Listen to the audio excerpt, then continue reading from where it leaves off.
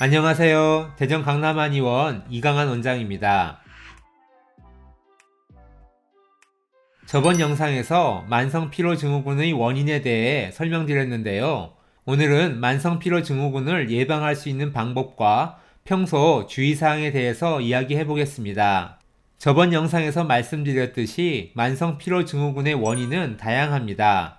따라서 만성피로증후군을 예방하고 치료하는 과정에 있어 중요한 것은 일상생활관리입니다. 일상생활관리는 크게 4가지로 나누어 볼 수 있는데요. 먼저 수면관리입니다. 우리 인체는 수면을 통해서 하루 동안 받은 외부 자극과 쌓인 피로를 제거하는데요. 수면의 과정에 문제가 발생하면 다음날 활동에 지장을 받게 됩니다.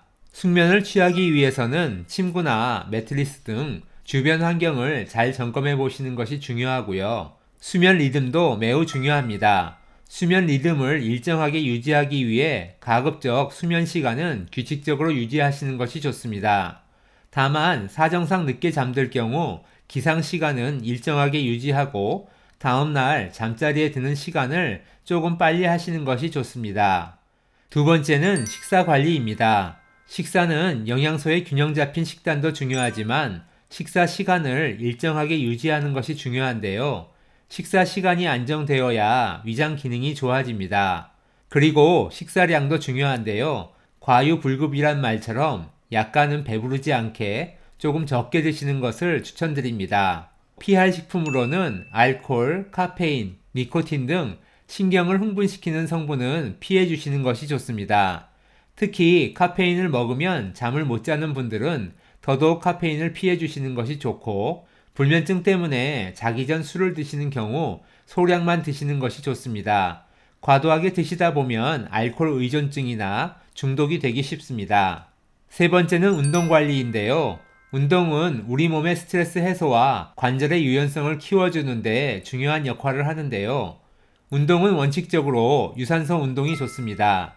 운동을 시작할 때는 가벼운 운동으로 시작해서 몸의 컨디션에 맞게 운동 강도를 조절해 나가는 것이 필요합니다. 그리고 운동의 강도보다는 횟수가 중요한데요. 최소한 주 4회 이상 실시하는 것이 좋고 주 1, 2회 하는 것은 오히려 몸에 무리를 주는 경우가 더 많습니다. 운동을 하고 난 다음날 기상할 때 몸에 무리가 되지 않는 정도가 본인에게 적당한 운동량입니다. 그리고 매일 체중을 측정하여 적절한 체중을 유지하시는 것도 중요합니다. 네 번째는 휴식인데요. 항상 외부의 스트레스에 노출되어 있는 우리들은 수시로 이러한 스트레스를 풀어주어야 하는데요. 무조건 명상을 한다거나 무조건 잠을 자는 식의 방법은 스트레스 해소에 도움을 주지 않습니다.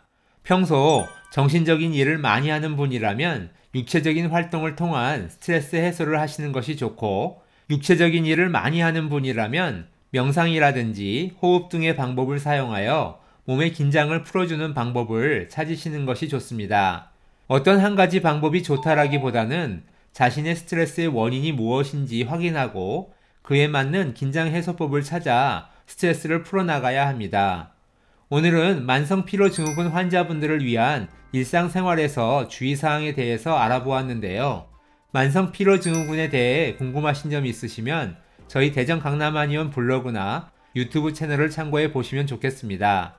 오늘도 건강하고 행복한 하루 되세요. 감사합니다.